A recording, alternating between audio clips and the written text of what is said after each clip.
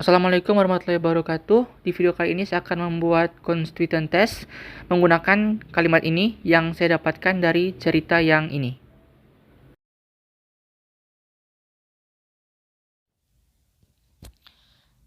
Baiklah, sekarang saya akan mengetes kalimat ini menggunakan salah satu constituent test yaitu yang bernama replacement. Di mana replacement ini adalah kita akan menggantikan kalimat yang akan kita analisis dengan kata yang akan kita analisis menggunakan kata yang lain.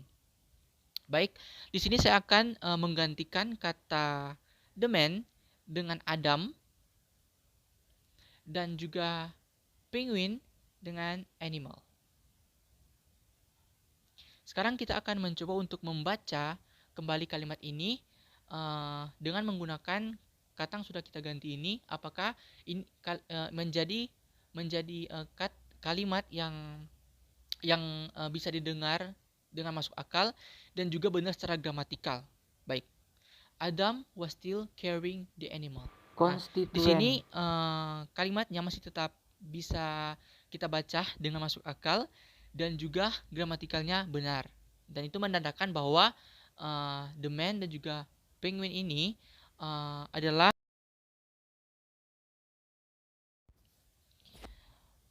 baik. Sekarang yang kedua, saya akan mengetes menggunakan constituent test yang bernama movement, di mana movement ini terbagi menjadi 3, yaitu ada passive, clefting, dan proposing. Dan untuk yang pertama saya akan menggunakan passive, di mana passive yaitu kita akan mencoba untuk memindahkan objek menjadi subjek dan subjek menjadi objek. Baik, mari kita mulai. Di sini saya akan membuat kalimat di mana the man sebagai subjek akan berubah menjadi objek dan the penguin dari objek menjadi subjek. Baik, kalimatnya akan menjadi seperti ini. Menurut saya menjadi seperti ini. The penguin was still carrying by the man. Nah, di sini bisa kita lihat bahwa walaupun objek dipindahkan menjadi subjek dan subjek dipindahkan menjadi objek, kalimat ini masih tetap benar secara gramatikal dan masih tetap masuk akal jika kita dengar. Dan itu menandakan bahwa di mana the man dan the penguin ini adalah konstituen. Baik, sekarang kita akan masuk ke dalam part movement yang kedua, yaitu clefting. Nah, clefting ini adalah di mana kita akan mencoba untuk memasukkan kalimat ini ke dalam rumus ini. It is atau was, dan sambungannya adalah that atau who. Nah, di sini kita akan memasukkannya ke dalam celah ini untuk mencoba untuk memastikan atau membuktikan bahwa the man ini konstituen atau tidak. Dan ini adalah kalimat yang sudah saya masukkan ke dalam rumus ini akan menjadi seperti ini. It is the man who still carrying the penguin. Nah, ini benar secara gramatikal dan juga masuk akal jika didengar. Maka dari itu kita bisa mengambil keputusan atau bisa mengambil kesimpulan bahwa the man ini adalah konstituen.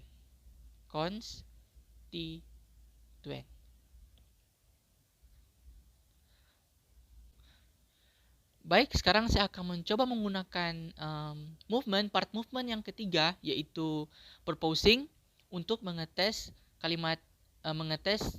the penguin apakah konstituen atau tidak. Proposing sendiri adalah di mana kita mengambil kata yang ingin kita tes dipindahkan ke depan. Nah, di sini seperti yang saya katakan tadi, di sini saya akan mengetes the penguin. Nah, ketika saya tes, kalimatnya akan menjadi seperti ini. The penguin sudah saya pindahkan ke depan. The penguin is what the man still carrying. Nah, di sini gramatikalnya menjadi benar walaupun the penguin saya pindahkan ke depan. Dan juga ini masih masuk akal jika didengar. Maka dari itu kesimpulannya adalah the penguin adalah konstituen.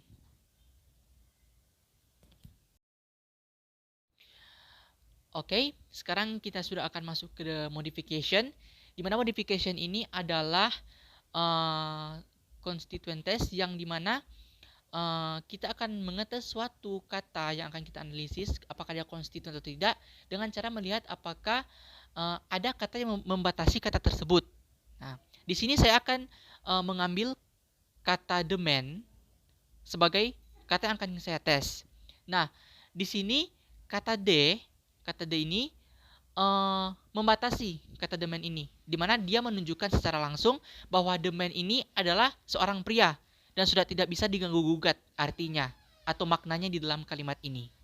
Nah, dan ini menunjukkan bahwasanya the man ini adalah konstituen.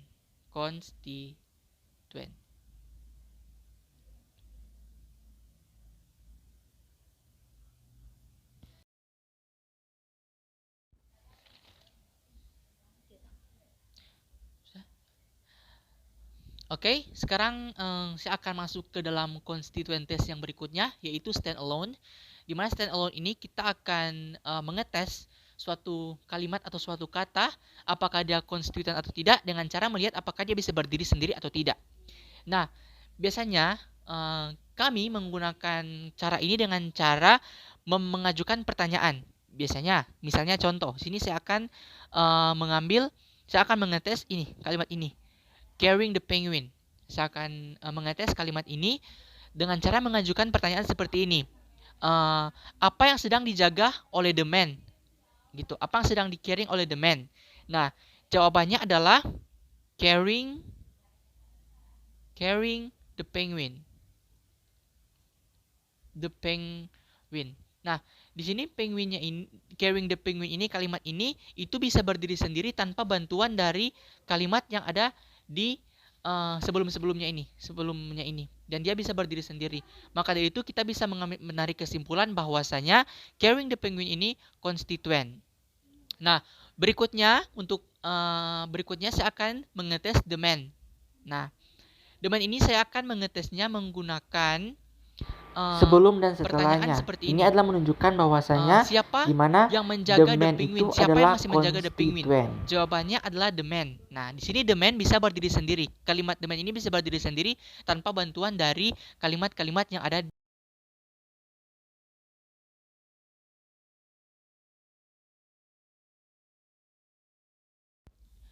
Oke, sekarang yang berikutnya yaitu adalah elipsis. Di mana elipsis ini kita akan mengetes konstituennya suatu kalimat itu dengan cara melihat apakah dia bisa berdiri sendiri tanpa bantuan dari kalimat yang ada di setelah ataupun sebelumnya. Nah, di sini saya akan mencoba kedua kalimat ini, yaitu the man was still, dan juga carrying the penguin. Nah, pertama, the man was still. Nah, the man was still ini dia di sini tidak bisa berdiri sendiri. Karena di sini kalimatnya itu ngegantung gitu. Maksudnya dia tidak lengkap dan dia tidak bisa berdiri tanpa bantuan dari kalimat yang ada di setelahnya. Dan di sini kita bisa mengambil kesimpulan bahwa dia tidak konstituen. Adalah yang berikutnya ini adalah carrying the penguin. Nah, carrying the penguin ini dia bisa berdiri sendiri karena di sini dia mempunyai arti sendiri tanpa harus ada bantuan dari kalimat yang ada di sebelumnya. Nah, itu artinya